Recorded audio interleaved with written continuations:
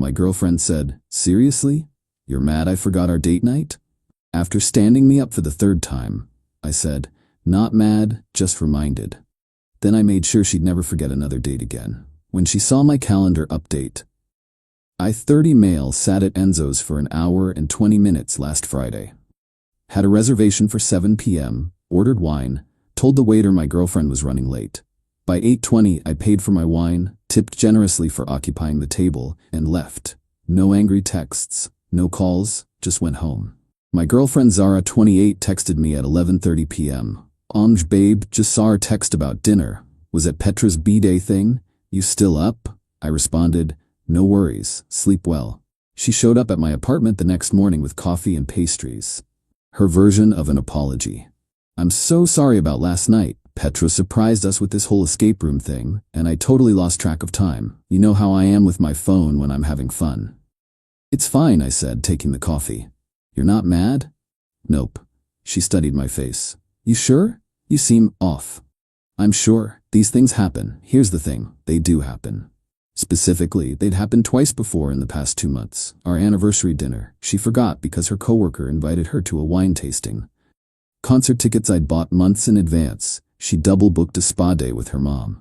Each time, same pattern. Forgot, apologized with treats, I forgave, cycle continued. But this third time hit different. Not because I was angrier, because I finally saw the pattern clearly. I wasn't a priority. I was a calendar item that could be bumped. "So we're good?" she asked, already scrolling through her phone. "Yeah, we're good." She smiled, kissed my cheek. "You're the best." "Oh, Sienna's having a thing next Friday, but I'll try to keep it short so we can hang after." Next Friday was our standing date night. Had been for over a year. Every Friday, unless discussed in advance, we had plans. Movies, dinner, even just takeout at home. It was our thing. "Actually," I said, "let's talk about Friday date nights." She looked up from her phone. "What about them?" "I think we should cancel them." Her face went through several expressions. "Cancel? Our date nights? Why? They don't seem to be working with your schedule. Too much pressure trying to remember them every week." "Babe," I said I was sorry. "You can't punish me forever for a few mistakes." "I'm not punishing you. I'm adapting to reality. You have a busy social life. That's fine. Let's just remove the obligation." She set down her phone completely. First time that morning. "I don't want to cancel date nights, I just sometimes things come up." "Things always come up for you. That's okay. Some people aren't calendar people. I'm totally a calendar person. Look."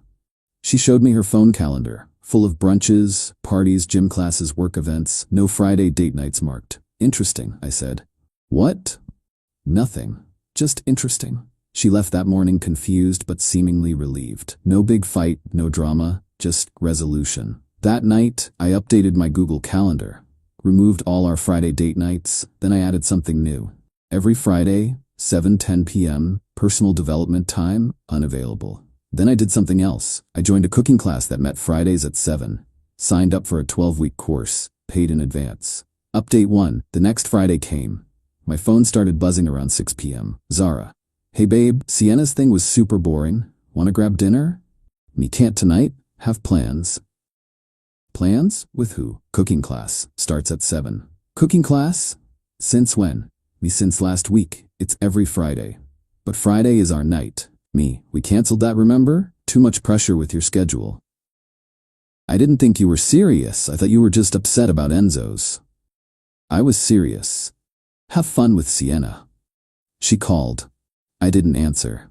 In class, learning to make pasta from scratch. She texted throughout the evening. "This is so petty. I can't believe her ignoring me. Fine, whatever. Have fun with her cooking. Actually, that's kind of hot that her learning to cook. Will you make me dinner tomorrow?" "Hello." I responded once class ended. "Class was great. Tired now? Talk tomorrow?" She showed up at my apartment that night. I was already expecting it. "You can't just replace me with a cooking class." "I'm not replacing you. I'm using my Friday nights for something reliable." "I'm reliable." I pulled out my phone, showed her my text history. 3 months of running late. Sorry, forgot. Rain check? OMG, totally spaced. That's not fair. You're keeping score. No. I'm keeping receipts. There's a difference. She tried a different approach. Soft voice, puppy eyes. "I'll do better. I promise. Cancel the class. We'll have amazing date nights." Class is non-refundable, besides I'm enjoying it. You're being ridiculous. Normal boyfriends would just be happy I want to spend time with them at all. There it was, the entitlement. You're right, a normal boyfriend probably would. Good thing you don't have one of those. She left in a huff, but I knew she'd be back. See, Zara had a pattern there too. She'd storm off, expect me to chase her, then graciously allow me back when I'd learned my lesson. Except I was done chasing, and the only lessons being learned were in my cooking class. Update 2, Week 2 of cooking class. Made a perfect risotto. Posted a pic on Instagram, just the dish, no caption. Zara liked it within seconds. Commented, "Save me some?" I didn't respond. That Friday, she tried a new strategy. Showed up at the cooking school. "Surprise, thought I'd join you." The instructor looked confused. "I'm sorry, we're full. This is a closed class." "But I'm his girlfriend." She pointed at me like that was a VIP pass. "Registration closed 2 weeks ago. Maybe next session?" She glared at me. I shrugged and returned to my cutting board. She waited in the parking lot. 3 hours. When class ended, she was leaning against my car. 3 hours, Diego. I waited 3 hours. Nobody asked you to. I'm trying here. I cleared my whole night for you. You cleared your night for you. I had plans. God, when did you become so consistent, reliable, present for my commitments? She changed tactics again. Fine, keep your stupid class. But Saturdays are ours now. I have gym Saturday mornings, free afternoon though. Perfect. Saturday date nights. I agreed. Why not? Let's see if she could manage Saturdays. Spoiler, she couldn't. The first Saturday, she was hungover from accidentally partying too hard Friday. The second, her sister needed an emergency shopping buddy. The third, she just forgot. Each time I made other plans. Meetups with friends I'd neglected. Movies she'd never watch with me. Museums she found boring. Her texts got increasingly frantic. Why aren't you fighting for us? Do you even want this relationship? I feel like you're slipping away. I responded honestly, I'm exactly where I've always been. You just never showed up. Then came the nuclear option. She made a public Facebook post. When you're trying so hard to save your relationship, but he's more interested in cooking classes than you. Had heartbroken but trying. Why are guys like this? The comments were predictable. Her friends rallying, calling me names, a few mutual friends staying notably silent. I didn't engage, but I did something else. I screenshotted her social calendar, the one she'd proudly shared that morning. Then I posted my own update. Interesting perspective. Here's her calendar this month. Notice anything missing? Hint, it's the boyfriend she's trying so hard to save things with. 23 social events, 0 designated couple time. The post went viral in our friend group. Comments flooded in. Wait, she hasn't scheduled a single date with you? Bro, I wondered why we never see you two together anymore. This is embarrassing for her. She called me screaming. Take it down now. Why? It's your calendar, your priorities. I just shared them. You're humiliating me. No, I'm providing context. There's a difference. She deleted her post. I left mine up for an hour, then removed it. Point made. Update 3 Week 6 of cooking class. I'd progressed from basic pasta to complex sauces. My Instagram was full of food pics. Friends started asking for dinner invites. I started hosting small dinner parties, something I'd always wanted to do but Zara found boring. She wasn't invited to any of them. One Friday, I was prepping for class when she texted, "Can we talk? Please? I'll come to you. In class 7 to 10. Free after if urgent. I'll wait." And she did. Sitting on my doorstep when I got home, looking smaller than I'd ever seen her. "I missed you today," she said quietly. "Today specifically?" She nodded. "Fridays feel wrong now. Keep thinking you'll text about dinner plans." "Ah.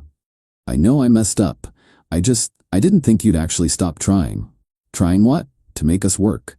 You always tried so hard. Made reservations, planned dates, reminded me about things." "Yes, I did. And I got used to it. To you always being there, waiting." I unlocked my door. "Want some tea?" She followed me in, looking around like she'd never seen my place. "You redecorated." "Do things." New art from the markets I'd explored solo. Cookbook collection growing. Plants she'd said would die thriving. I made tea while she sat at my kitchen island. The one she'd never used because we always ate out or ordered in. "I keep making plans for Fridays," she said, then remembering you won't be there. "How's that feel?" "Empty. Really empty." "Yeah, I know that feeling." She looked at me then. Really looked. You were lonely, even when we were together. Yep. I made you lonely. I sipped my tea, didn't confirm or deny. I scheduled you in, she said suddenly. What?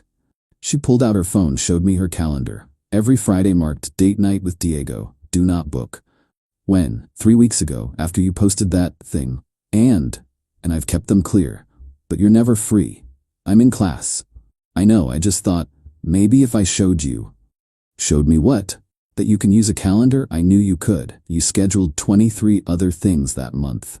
She flinched. I prioritized wrong. You prioritized exactly what mattered to you, and that's fine, but I decided to do the same. So what now? We just exist separately? I don't know, Zara. What do you want? She was quiet for a long time. I want Fridays back. I want to matter enough that you'll skip class for me. I mattered enough to skip 23 events? Silence. I won't skip commitments I've made, I continued. Not for someone who couldn't remember the ones we made. She left that night without dramatics, no ultimatums, just quiet acceptance that she'd trained me to not wait for her, and now I wouldn't. Final update: the choice. My cooking class ended week 12. Final class was each student preparing a full meal for guests. I invited 2 friends from my hiking group. Zara texted that morning. Congrats on finishing class. Proud of you. Thanks. What's next? Another class? Haven't decided. Maybe we could do something together? Fridays? I thought about it, really did. 12 weeks of consistency, of showing up, of keeping her calendar clear. I'll think about it. That Friday, first one without class, I kept my evening free. Partly to see what I'd do with it, partly curious if she'd remember. At 5 p.m. she texted, "Hey, still thinking? I kept tonight open just in case. What did you have in mind? Anything you want, your choice. How about you plan something? Show me what you think a good date night looks like." Really? Okay, give me an hour. At 6:30, she sent an address. A restaurant I'd mentioned wanting to try months ago. She'd remembered. I arrived at 7. She was already there, early, with a book I'd recommended, reading at the table. "You're here," I said. 15 minutes early. Wanted to make sure we got our table. Dinner was nice. She put her phone away, actually listened when I talked about class, asked questions about what I'd learned. "So," she said over dessert. "What now?" "Now we see if this was a one-time performance or an actual change." "Fair. What are your terms?" "No terms. Just consistency. Show up when you say you will. Value our time like you value brunch with the girls." "I can do that. We'll see." She did it for 3 weeks, then slipped. A friend's pre-birthday dinner she couldn't miss. But this time, she texted by Wednesday. "I know Friday is ours, but Lena's doing this thing. Can we do Thursday instead?" Progress. We're not back together. Not really. We're figuring it out. She schedules me in now, properly, like her other commitments. I don't wait around when she slips up. The cooking class led to a monthly supper club with friends. She comes sometimes, when she remembers, when she prioritizes it. The difference is, now when she doesn't show, I still eat. Turned out, I never needed her to remember date night. I needed to remember I was worth showing up for, with or without her. She learned her lesson. Not through punishment or revenge, but through experiencing exactly what she'd put me through, looking forward to something with someone who wasn't there.